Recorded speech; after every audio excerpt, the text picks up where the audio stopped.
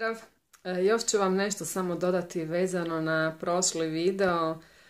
Nisam imala više vremena snimati da završim misao, a nekako je to očito i mjesto za zasebni video, jer u stvari ne samo da je nadovezivanje na temu, nego je i proširenje u stvari teme ili zasebna tema sama za sebe.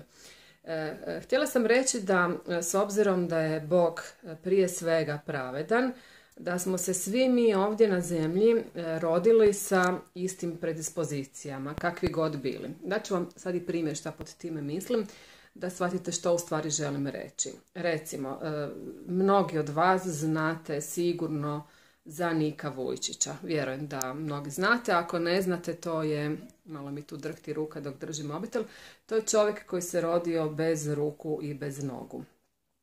I on je stalno tražio od Boga da mu da ruke i noge. Dakle, tražio je ruke i noge. Međutim, Bog mu nije dao ruke i noge. Međutim, pitanje je zašto je on tražio ruke i noge. Tražio ih je zato što je mislio da samo sa rukama i nogama može ostvariti svoju svrhu na zemlji i može biti sretan, ispunjen, radostan i dobiti sve ono što je on želio od svog života. I kako je tražio ruke i noge i Bog mu nije dao ruke i noge, tako je htio sebi i oduzeti život jer nije dobio ono što je tražio. Izgubio je vjeru u Boga, u stvari da to može dobiti, i on je to napisao u svojoj knjizi, da se pokušao ubiti, htio se udaviti u kadi, međutim sjetio se kako bi bilo njegovoj majci da se ubije i eto, nije se ubio. I onda je zaista iz srca, evo tu je srce, tu je, se obratio Bogu i rekao je: ok, ako sam već tu, pomozi mi da nađem svrhu u svom životu. Pomozi mi da budem sretan i ispunjen, radostan i bez ruku i nogu. Daj mi svrhu. I Bog mu je dao svrhu. Danas je on motivator koji motivira milione ljudi. Samim tim da se pojavi je dovoljno. Da ništa ne kaže, dovoljno je. A ostvario je i ima suprugu, ima djecu, ima novac, ima ostvarenje svrhe, živi život svojih, nema ruke i noge, ali živi život svojih snova. Dakle, Bog mu je dao istu mogućnost kao i svim drugim ljudima. Sve što nam je potrebno za ostvarenje naše životne svrhe imamo, bez obzira kakvi se rodili, sa kojim predispozicijama. Jer Bog je pravedan, svi imamo iste predispozicije, kakvi god da jesmo, u kakvim god da smo životnim situacijama. Svi možemo postati najbolja verzija sebe. Šta je potrebno za to? Da se vratimo u mislima na početak, tvorcu i izvoru. To je Bog. To nije nitko drugi. To je, kako god ćete ga zvati, izvor, tvorac, kreator, Bog, otac, kako god. Mnoge vjere imaju različite bogove, ali kako god se oni zvali, Bog je jedan jedini. Nema više, jedan jedini. On je sve stvorio. Pravedan je i milostiv. I sad, šta sam još htjela u stvari reći? Htjela sam malo pričati i o tehnikama. Tehnike su dobre, da ne mislite da nisu. Jesu i pomažu nam.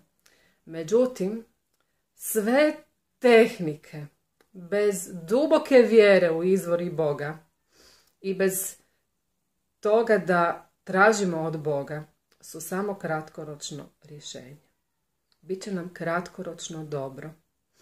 Međutim, tehnika koju nam spusti Bog i ono kad tražimo od Boga, to je onda najbolje za nas. Međutim, ajmo reći, još moram biti poštena i reći do kraja sve o tehnikama. Ako je Bog prije svega pravedan,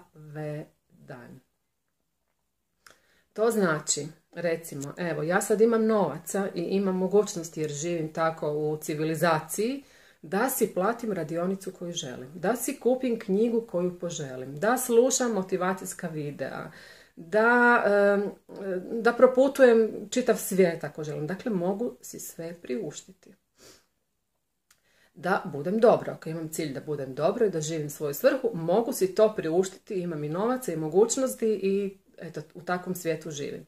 Međutim, u isto vrijeme, Ovdje na svijetu žive ljudi koji nemaju internet, nisu možda nikad čuli za internet, nemaju novaca, žive u dalekim nekim zabačenim krajevima za koje kažemo ono i Bog im je rekao laku noć. Ali nije rekao laku noć. Nije rekao Bog je pravedan i za sve je isti i svima daje isto.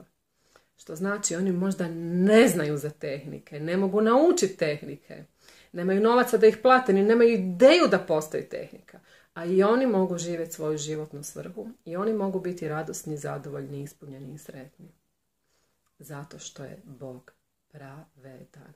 I ne znači da su ispunjeni, radosni i sretni zato da imaju ono što mi smatramo u ovom životu da možemo, da nam to treba da bismo bili radosni, ispunjeni i sretni. Jer mi samo mislimo, to naš nama daje neke norme. Moraš imati faks, moraš se udat, moraš imati djecu, moraš imati toliko i toliko novaca na računu, moraš imati ovakvu kuću, onakvu, ovakav stan, ovakve prijatelje, onakve prijatelje, moraš biti ovo ili ono da bi bio sretan. Ne! Gluposti! Ništa od toga. Ništa. I blagoslovljen onaj koji to sve ostvari, a i dalje nije sretan, jer tek onda ima priliku to mijenjati. Jadni su oni koji ne ostvare i misle da nisu zadovoljni i sretni zato što nisu ostvarili. Što je isto glupost. Jer nije to u cilju. Mi već imamo sve u sebi da budemo zadovoljni i sretni u svakom trenutku svog života. I ne trebaju nam nikakve tehnike, nikakva znanja, nikakvi novci, ništa za to. Dovoljno je samo jedno. Što mislite? Što? Što doista mislite? Što? Nakon svega ovoga što sam vam ispričala, da li vam pade na pamet što je dovoljno da biste bili ispunjeni i sretni? Evo reći ću vam. Dovoljno je da se povežete sa Bogom. A kako se to radi? Prije svega da ga priznate da postoji. Da vjerujete da je milostiv, pravedan i uvijek tu za vas. Da je sve moguće, da sve može. Sveto trojstvo. Postoji milostiv i pravedan, sve moguće. I kažete, molim te ili hvala ti. I obavite razgovor sa njim. Tu, iz srca. Ne treba vam za to crkva, ne treba vam za to svetište, ne treba vam za to ništa. Jer da vam treba, onda tamo neki ljudi u Africi koji to nemaju, ne bi imali istu priliku. Ne treba vam ništa za to. Treba vam iskren razgovor sa Bogom. Gdje god da jeste. U kakvoj god situaciji da jeste. Kakve god predispozicije imate. Imate li ruke ili noge? Nemate. Imate li novaca? Nemate. Jeste li zdravi ili bolesni? Dovoljno je samo da se iz srca obratite Bogu. Da kažete, molim te, hvala ti. I kad završite molitvu i razgovor da kažete, amen. A to znači i neka tako bude. I neka vam bude lijep dan i neka živite vašu životnu svrhu i hvala vam što me pratite. Hvala što ste sa mnom, hvala što dijelite ova znanja. Hvala što me motivirate za dalje, jer i vi me motivirate, makar je u stvari taj Bog, stvoritelj, onaj koji mene motivira. Ali eto, i vi ste njegova produžena ruka. Pa hvala vam što postojite, što ste dio moje kreacije, dio mog života. Živite sebe u skladu sa božanskom iskrom koja vam je utisnuta u trenutku vašeg stvaranja. Začeća.